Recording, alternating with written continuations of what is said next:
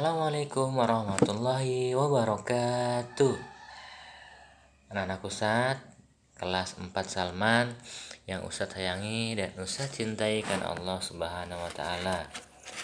Apa kabarnya pada hari ini? Alhamdulillahirabbil alamin.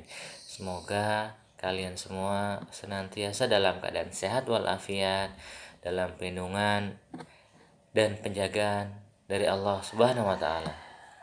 Ya, perkenalkan, nama Ustadz adalah Ustadz Agung Nugroho. Bisa dipanggil dengan Ustadz Agung. Ya, pada kesempatan kali ini Ustadz Agung akan menemani kalian untuk belajar bahasa Indonesia.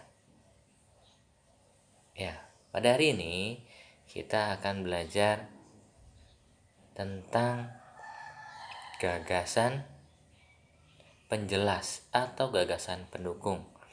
Tapi sebelum itu kita review sebentar ya tentang apa itu paragraf dan gagasan pokok. Ya, semoga walaupun belajar secara online, secara daring, mudah-mudahan Allah beri kemudahan buat kalian semua.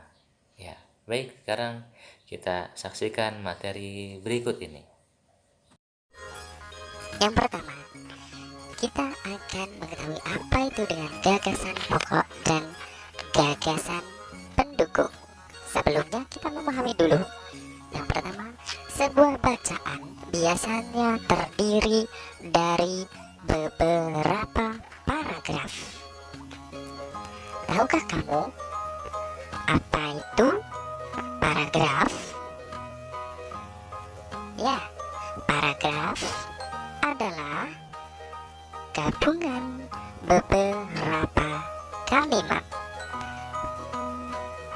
Apa hubungannya sama gagasan pokok dan gagasan pendukung?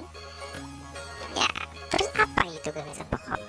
Jadi gagasan pokok nanti akan ada di dalam paragraf. Langsung saja kita bahas gagasan pokok. Gagasan pokok merupakan suatu ide utama yang dibahas dalam suatu bacaan, baik berupa kalimat inti maupun pokok paragraf. Gagasan pokok terdapat dalam kalimat inti atau kalimat utama yang biasanya terletak pada bagian awal atau akhir paragraf. Contoh suatu paragraf ini ya, kalian perhatikan. Biasanya gagasan pokok ada di sebelah sini, maksudnya ada di awal paragraf atau ada di akhir paragraf. Ya, sebelah sini itu akhir paragraf. Kita bahas selanjutnya gagasan pendukung. Gagasan pendukung adalah uraian atau tambahan informasi untuk gagasan pokok. Gagasan pendukung disebut juga sebagai gagasan penjelas. Gagasan pendukung berfungsi untuk menjelaskan gagasan pokok. Gagasan pendukung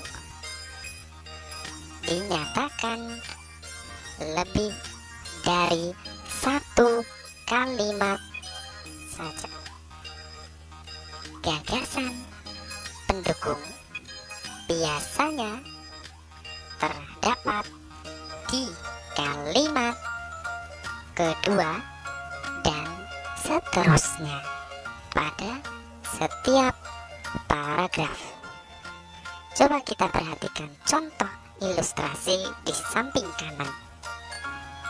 biasanya gagasan pendukung ada di sekitaran sini. Kita masuk contoh yang pertama.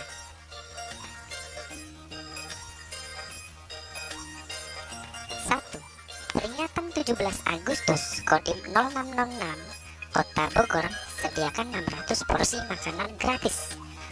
Warung yang biasanya dibuka setiap hari Jumat dengan konsep makan suka-suka, bayar seikhlasnya, itu pun rencananya akan dibuka secara gratis pada perayaan HUT Kemerdekaan Indonesia.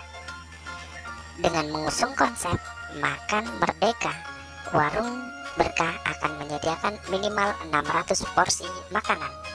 Dan tim 0606 Kota Bogor Letkol ARM Dodi Suhadina menyatakan bahwa kegiatan itu sebagai hari HUT Kemerdekaan Indonesia.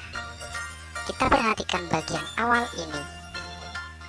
Kita sebut dengan gagasan pokok nomor 1. Untuk nomor 2, 3, dan 4 kita sebut dengan gagasan pendukung yang menjelaskan acara peringatan 17 Agustus di Kodim 0606.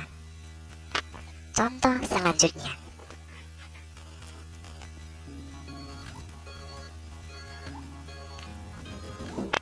Pak Made dan Pak Udin memastikan saluran selokan lancar. 2. Pak Nur mengambil sampah dan meletakkannya di gerobak sampah. Setelah kegiatan kerja bakti selesai, warga berkumpul untuk menikmati teh hangat. 5. Mereka senang karena selokan sudah bersih. Kini mereka siap menghadapi musim hujan. Dari sini kita dapat melihat gagasan pokok ada di akhir paragraf karena mereka sudah siap menghadapi musim hujan. Dan gagasan pendukung ada di nomor 1 sampai nomor 4 di awal-awal paragraf. Kesimpulan, gagasan pokok dan gagasan pendukung